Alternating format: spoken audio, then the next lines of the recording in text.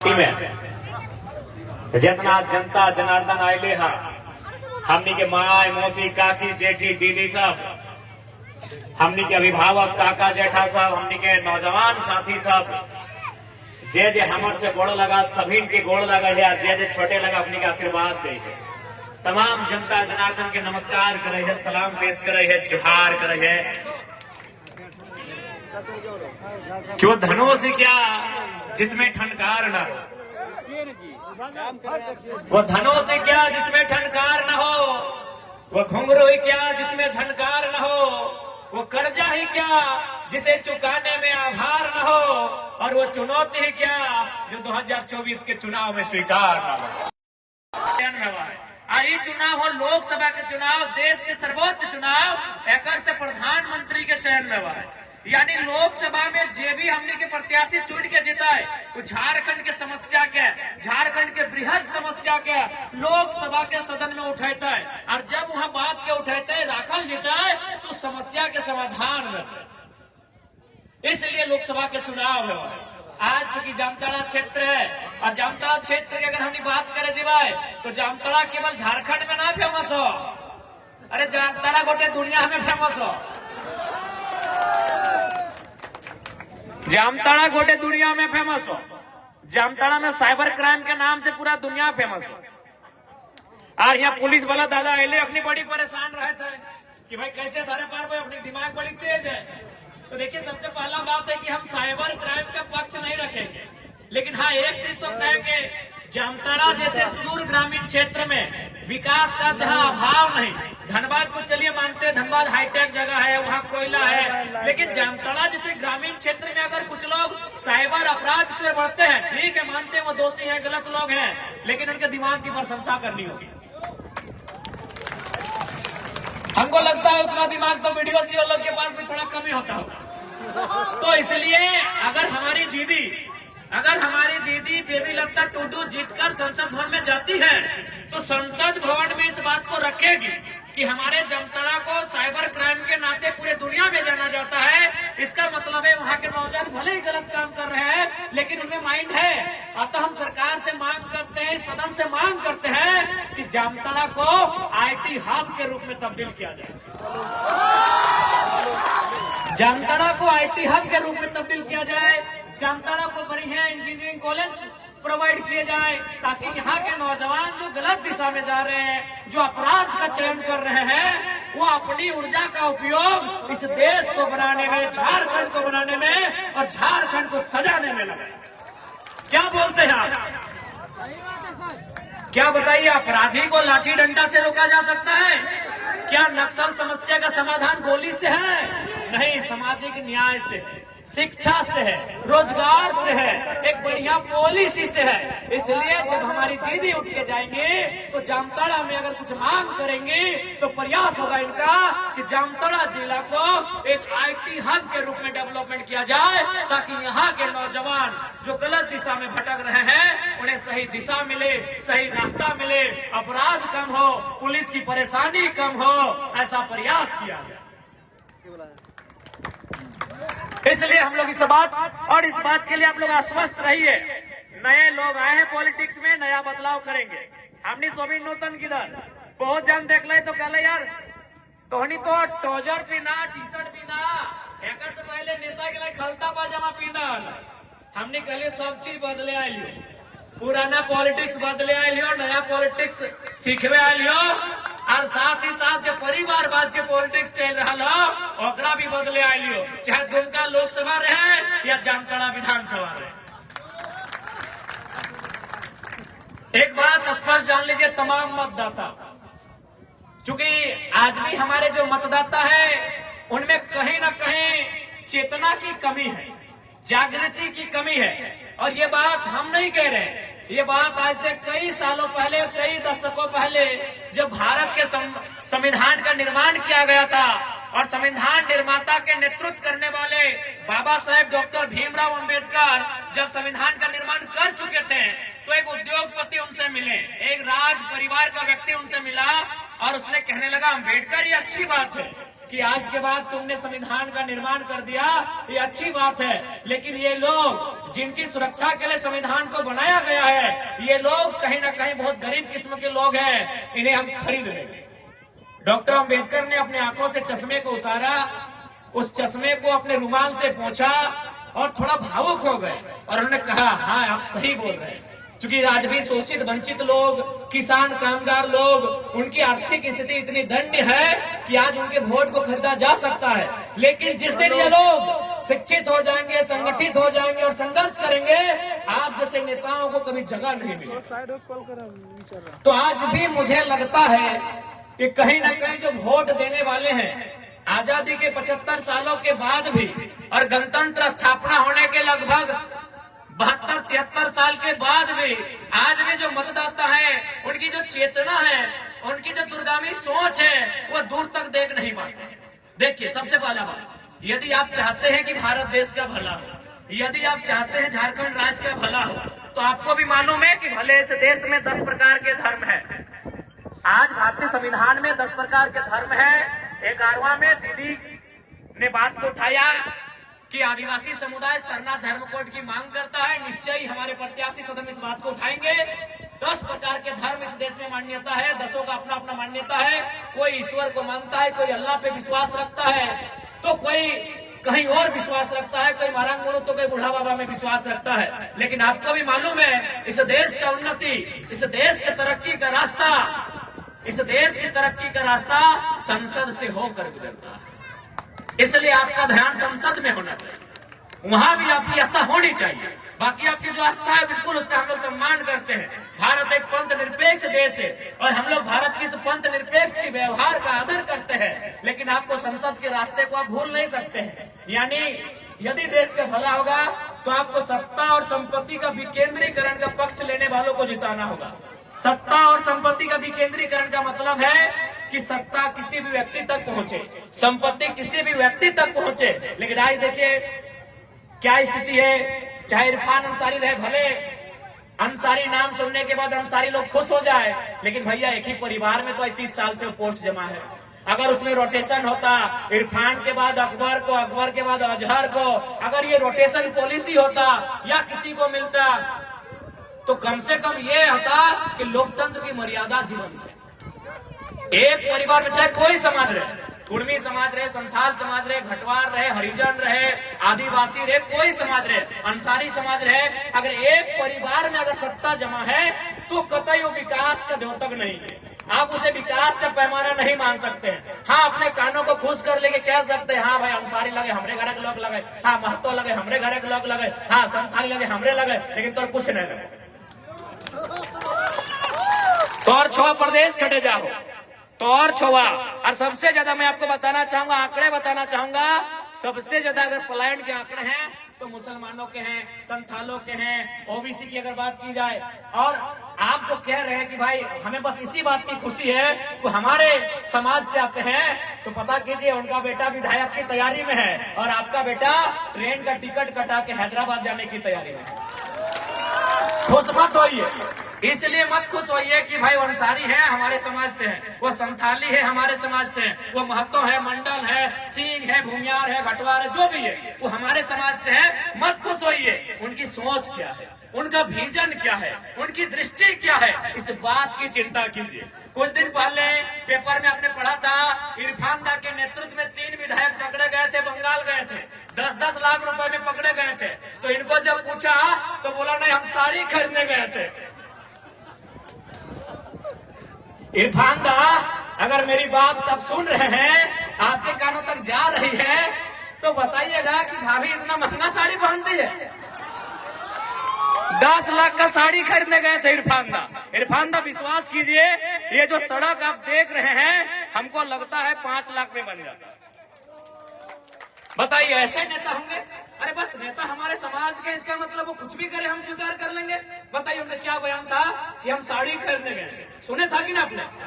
जब 10 लाख रुपए से पकड़े गए बंगाल में, तो इरफान दा के साथ और 2 विधायक थे कांग्रेस के, उनसे पूछा गया कि इतना पैसा लेके आप क्या करने गए थे? उन्होंने साफ साफ कहा कि साड़ी खरीदने गए थे। वाह भैया वाह, हमको खाने के लिए रोटी नहीं और आप 10 लाख का साड़ी खरीद रहे हैं।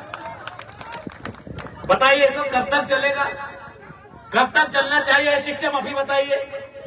ये चलना चाहिए? नहीं चलना चाहिए। इसलिए इस बात को आश्वस्त हो जाइए, तैयारी कीजिए। झारखंड में जो नया उलगुलान आया है, झारखंड में जो एक नई विचारधारा का सृजन हुआ है, आप उनका समर्थन करें। और एक बात स्पष्ट याद रखिए, हमारी जो राजनीति होगी वो पंथ निरपेक्ष राजनीति होगी, जात से ऊपर उठ के राजनीति होगी। हमारी राजनीति शिक्षा, स्वास्थ्य, रोजगार की राजनीति होगी। और ये आपको भी तय करना होगा कि आप जिनको वोट करते हैं वो आपके बच्चों की भविष्य की चिंता करें। क्योंकि आप जब 1 तारीख को वोट करने जाएंगे, याद रखिएगा उस दिन का सूर्य का तापमान क्या होगा। सूर्य भी लाल होगा, धरती भी लाल होगी और अपना बदन भी लाल होगा। यानी उतना गर्मी में आप वोट करने जाते हैं। यदि आपके माता पिता मैया पप्पा में कुछ बोल दो कि काम कर दे, साफ साफ मना कर दो कि नाय मैया बड़ी दो रोज दे रहा है, तनी शाम भेवा दी। लेकिन हमने जब वोट दिया जाए, कोई मना नहीं, कोई इनकार नहीं, बल्कि हमने वोट दिया जाए, गर्मियां सह के वोट दिए जाए। कहे हमने किस बात के विश्वास है कि जकरा हमने वोट दे, जब वो चुनाव जीतल बाद दिल्ली के सदन में बैठता है तो हमारे बाल बच्चा के भविष्य की बात करते हैं। बाल बच्चा के भविष्य मतलब औकार, पढ़ाई, दवाई, कमाई के चर्चा करते हैं। पढ़ाई यानी शिक्षा, दवाई यानी स्वास्थ्य और कमाई यानी रोजगार के चिंता करते हैं। लेकिन अपने की कर 10 लाख के साड़ी कहाँ से मिलते? इसलिए आज और एक बात, जितने भी हमारे संथाल समुदाय के लोग आते हैं, मैं आपसे भी आग्रह करना चाहूंगा, हमें तोहनियों से विनती करे चाहे कि देख ले, एक परिवार से संथाल समाज का भला नहीं हो। आज आप देखिए, दीदी ने भी बताया कि यदि मुख्यमंत्री 2 सीट से लड़े थे, बरहेट और दुमका, यदि उनको दुमका का सीट छोड़ना चाहिए था तो बुधू सोरेन को लड़ा देते, बुधू सोरेन को लड़ा देते। अरे कोई गरीब संथाल होगा, आप अपना किसको लड़ाते हैं? बसंत सोरेन को। मंत्री किसको बनाते हैं? बसंत सोरेन को। आप किसको लड़ाए हैं? कल्पना सोरेन को। मुख्यमंत्री किसको बनाएंगे? कल्पना सोरेन को। और बाकी संथाल लोग क्या करते हैं? टेम्पो में बैठते हैं, धनबाद जाते हैं और मजदूरी करने का काम करते हैं। और फिर भी हम बोलते हैं कि हाँ हमारा मसीहा है। जो लोग हमारे बच्चों की चिंता नहीं करें वो आपके समाज का क्यों ना रहे। अगर आप बीमार होंगे तो इलाज आपको डॉक्टर के पास करना होगा, यदि आपके पास पढ़ेंगे तो आपको स्कूल भेजना होगा, तब आपका जात काम नहीं आता। तो इसलिए कम से कम अगर वो संथाल समाज का ही भला चाहते हैं तो बसंत सोरेन के जगह बुधू सोरेन को चुनाव लड़ाते, कल्पना सोरेन के जगह कविता सोरेन को चुनाव लड़ाते, तब हम मानते कि हाँ संथाल समाज का भला चाहते हैं। एक परिवार से किसी भी समाज का भला नहीं होगा। और आज मुख्यमंत्री रहे, ठीक है, उन्होंने आदिवासी भावना का कार्ड खेला, आदिवासी का वोट मिला, लेकिन बताइए उनका पीए कौन है? उनका पीए है पिंटू श्रीवास्तव, उनका पीए है कौन है? साहेब गंगला जी, पंकज मिश्रा। और कितना घोटाला? करोड़ों। इसलिए आज झारखंड की तकदीर को बदलने का समय है, नहीं तो आने वाली पीढ़ी हमसे सवाल करेगी। आज 23 साल हो गए झारखंड अलग राज्य के। आज इसी राज्य को अलग करने के लिए कभी तिलका मांझी, शेख भिखारी रघुनाथ महतो, तो कभी जयपाल सिंह मुंडा, निर्मल महतो, दिसम गुरु सीबी सोरेन, कॉमरेड ए.के. रॉय और निर्मल महतो के शहादत से बनकर ये तैयार हुआ है झारखंड। और आज देखिए झारखंड किनके कब्जे में। आज यहाँ के अस्पतालों में चले जाइए, आज यहाँ के बड़े बड़े कंपनियों में चले जाइए, आज यहाँ के बड़े बड़े कारखानों में चले जाइए, हर जगह के झारखंड के लोगों का दबदबा है। कहे भाई, इस दिन के लिए हमने झारखंड राज्य अलग नहीं किया था, इस दिन के लिए हमारे पूर्वजों ने बदन पे लाठियां नहीं खाई थी, इस दिन के लिए हमारे पूर्वज जेल नहीं गए थे। इसलिए आज हम इस बात को तय करना होगा कि झारखंड हमारे रक्त से बना है, इस रक्त के आहूत से बना झारखंड वह हमारा अधिकार होना चाहिए।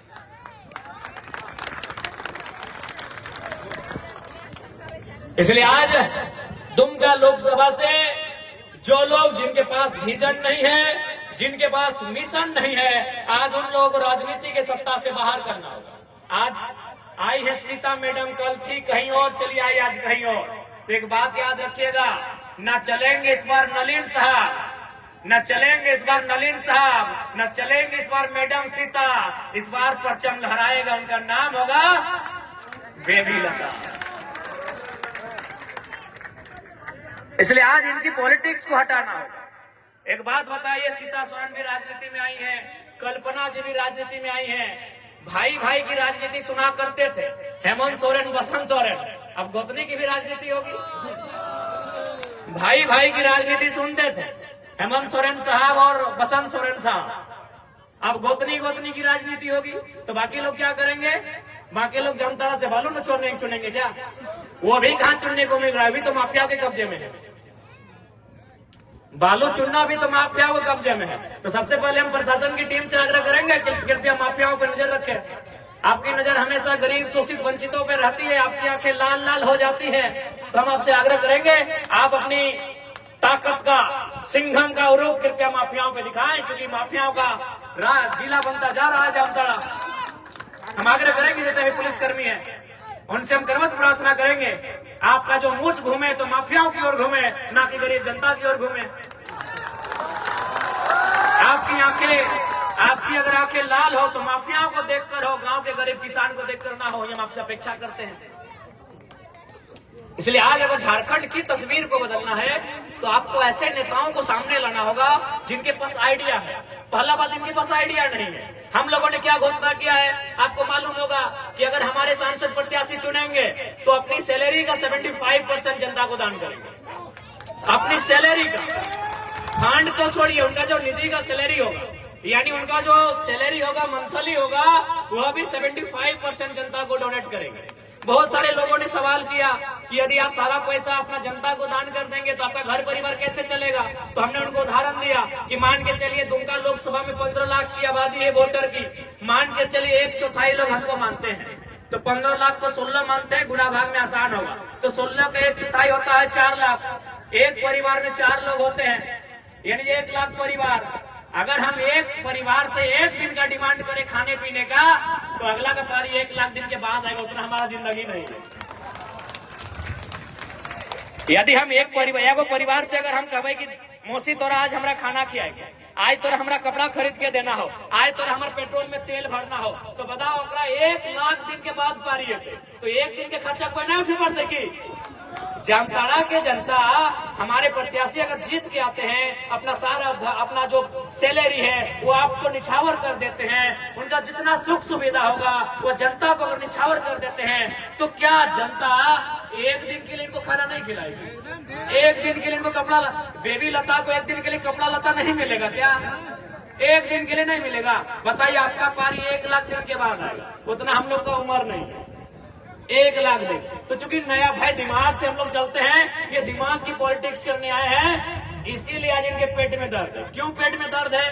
नहीं, इनका आदत है कि हम विधायक बनेंगे, जैसे फुरकान साहब रहे 25 साल तक, अब इरफान जी बने 10 साल, सुना है करो बेटवा आयान भीमसारी ले बा, और जामताड़ा के लोग खाली वोट भाग ले, वोट ले, वोट ले, वोट। ठीक है, फुरकान जी का आदर करते हैं, झारखंड आंदोलनकारी है। अब इरफानो जी, इरफान के बाद उनका बेटा भी, उनका नाती भी, तो बाकी जनताड़ा के जनता क्या करेंगे? झाल बजे। इसलिए आज उस पॉलिटिक्स को आपको बदलना होगा। अगर इस पॉलिटिक्स को आप नहीं बदलते हैं, अगर नेताओं की सोच को नहीं बदलते हैं, नेताओं की सोच को झटका नहीं देते हैं, तो ये नेता कभी आपके बच्चों के बारे में नहीं सोचे। बताइए, 10 लाख का साड़ी खरीदने पहुंच गए हैं, लेकिन 5 लाख का सड़क नहीं बना रहे। क्यों नहीं? इनको मालूम है अकबरवा जीते कहा, अंसारी हो अंसारी, हम अंसारी, हमरे वोटवा देते। तो इसलिए इस माइंडसेट को बदलना होगा। आज नए लड़के लोग राजनीति करने आए हैं, उनका स्वागत कीजिए। आज टी-शर्ट और ट्राउजर पहनकर युवा लोग राजनीति करने आए हैं, उनका स्वागत कीजिए। नहीं तो सूट पैंट वाले लूट के ले जाएंगे, लूट के ले जाएंगे आपके बच्चों के बेहतर भविष्य, लूट के ले जाएंगे आपके बच्चों के बेहतर शिक्षा की व्यवस्था को, लूट के ले जाएंगे आपके बच्चों के स्वास्थ्य की व्यवस्था को, लूट के ले जाएंगे आपके बच्चों के रोजगार को। इसलिए नए युवाओं का राजनीति में स्वागत कीजिए। आज देखिए, जब से कल्पना मैडम राजनीति में आई है, पूरा सिस्टम उनके पीछे है। अरे इतना सिस्टम, इतना संसाधन अगर झारखंड में लगा दिया जाता तो स्वर्ग से सुंदर मेरा झारखंड होता। कभी भी अगर कल्पना भाभी गुजरेंगी तो देखिएगा उनका काफिला, देखिएगा उनके पास जो संसाधन है, देखिएगा प्रशासन कितना एक्टिव रहती है, देखिएगा कि पुलिस कितना एक्टिव रहती है। अगर उतना सिस्टम को जनता के लिए छोड़ दिया जाता, अगर उतना सिस्टम को, संसाधन को जनता के लिए लगा दिया जाता, तो झारखंड पूरे भारत देश का अव्वल प्रदेश होता, सबसे अव्वल प्रदेश होता। इसलिए आज आपको इन विषयों को सोचना होगा कि आज ये लोग अपने परिवार के बाहर कहीं नहीं सोच रहे हैं। सही बात कहा दीदी ने कि हमने डिमांड किया कि स्थानीय नीति बनाइए, हमने डिमांड किया कि नियोजन नीति बनाइए, उन्होंने नियोजन नीति बना लिया। आदरणीय हेमंत सोरेन जी ने नियोजन नीति बना लिया है। क्या है उनकी नियोजन नीति? तो नियोजन मतलब क्या था? नौकरी। तो उन्होंने नियोजन नीति बना लिया है। उनकी नियोजन नीति में चपरासी बनने का मौका नहीं मिलेगा, उनकी नियोजन नीति में बीडीओ, सीओ, दरोगा बनने का मौका नहीं मिलेगा, उनकी नियोजन नीति में वकील, डॉक्टर, इंजीनियर बनने का मौका नहीं मिलेगा, उनकी नियोजन नीति में एमएलए बनने का मौका मिलेगा, सिर्फ उनके परिवार को मिलेगा। ये उनकी नियोजन नीति है। क्या गलत बोल रहे हैं? आज कल्पना भाभी के बाद हो सके उनके परिवार का कोई सदस्य होगा, सीता भाभी के बाद उनका कोई बच्चा चुनाव लड़ेगा, तो बाकी जनता जो दुमका के संथाल समाज के ही लोग हैं वो क्या करेंगे? केवल उनका जीवन भर झंडा ढोएंगे, केवल उनका जीवन भर नारा लगाएंगे। बदले में उनके बेहतर विकास के लिए, बेहतर भविष्य के लिए रोड मैप क्या है? क्या है आपके पास 5 साल का प्लानिंग? क्या है आपके पास 10 साल का प्लानिंग? बताइए। तो केवल सरकार बनाने से नहीं होगा। कुछ दिन पहले हम एक आईएएस से बैठे थे, उन्होंने बड़ा अच्छा चर्चा किया कि अगर आप जैसे पढ़े लिखे नौजवान संसद बन के आएंगे तो हम लोग स्वागत करते हैं, आइए आपके साथ हम लोग, हमारे डीएमटी फंड में करोड़ों रुपया पड़ा है, हम लोग कहीं अस्पताल तो कहीं कुछ काम करने का काम करेंगे, बशर्ते आपका साइन का जरूरत पड़ेगा, आइए आपका वेलकम है। लेकिन इनके पास रोड मैप ही नहीं है, इनके पास नली, गली, सड़क और परिवार की पूंजी के अलावा कोई रोड मैप नहीं है। इसलिए आज सदन में ऐसे काबिल लोगों को भेजिए, जब वो सदन में जाए, देश के प्रधानमंत्री के सामने, देश के स्पीकर के सामने जो उस समय बनेंगे, उनसे ये सवाल होगा कि झारखंड राज्य आपको 40% खनिज देता है, कोयला देता है, अभ्रक देता है, ब्रोमाइड देता है, क्रोमाइड देता है, यूरेनियम देता है, थोरियम देता है, बॉक्साइड देता है, चुन्ना देता है, पत्थर देता है, तो 40% अगर खनिज झारखंड देता है, तो आज बदले में 23 साल के बाद, 24 साल के बाद झारखंड 40 मिनट का मीटिंग अपने ऊपर चाहता है कि आप 40 मिनट का मीटिंग झारखंड पे करें। उस 40 मिनट के मीटिंग में झारखंड के लिए रोड मैप बनाए कि कैसे यहाँ के जो बुनियादी ढांचे हैं उनमें सुधार होगा, कैसे यहाँ की शिक्षा को सुदृढ़ किया जाएगा, कैसे यहाँ की स्वास्थ्य व्यवस्था को मजबूत किया जाएगा, और कैसे यहाँ मैक्सिमम रोजगार के साधन सृजन होंगे, और कैसे झारखंड जीडीपी के मामले में टॉप स्टेट में आएगा। आप 40 मिनट का मीटिंग कीजिए, आप 40 मिनट का डिस्कशन कीजिए, ये सवाल हमारा होगा। और क्यों नहीं होगा भाई? केवल हम लोग बदवा मजदूर बनेंगे? बताइए तो। खनिज हमारा, कोयला हमारा, चूना हमारा, पत्थर हमारा, बालू हमारा, और हमारे नौजवान सूरत में, हमारे नौजवान गुजरात में, हमारे नौजवान बम्बई में, हमारे नौजवान कर्नाटक में, हमारे नौजवान गुजरात में, हमारे नौजवान केरल में। आखिर ये कब तक चलेगा बताइए? मीडिया है तो क्या है, बैठ के करो ना, यहाँ आदमी क्या कर, बैठ के नहीं होगा तो। हाँ ठीक है ना काको। तो सय खातिर हमने जब दिल्ली जिबाए तो सवाल इस बात के बताए कि झारखंड के साथ सौतेला व्यवहार आखिर क्यों, झारखंड के साथ अन्याय क्यों, झारखंड के साथ जुल्म क्यों, झारखंड के साथ दुराचार क्यों। आज तोहनी की एक बात बताए, तोहनी के काफी आश्चर्य लगता, काफी हंसी भी लगता। अच्छा एक बात बताओ कि नारियल कहाँ मिला है? नारियल कहाँ मिला है बताओ तो? नारियल दक्षिण भारत में, केरल में, तमिलनाडु में, हैदराबाद में, आंध्र प्रदेश, तेलंगाना में। अच्छा एक बात बताओ, अगर दक्षिण भारत के नारियल अगर झारखंड आता है तो रेट में अंतर बताए कि सेम रेट रहता है? रेट में अंतर बताए, यानी अगर केरल में नारियल के दाम है 5 रुपया तो झारखंड में 50 रुपया। बात ठीक है। अच्छा एक बात बताओ कि अंगूर कहाँ मिला है? अंगूर कहाँ पाया जाता है बताओ? अंगूर मिला है शायद नासिक में। अब बताओ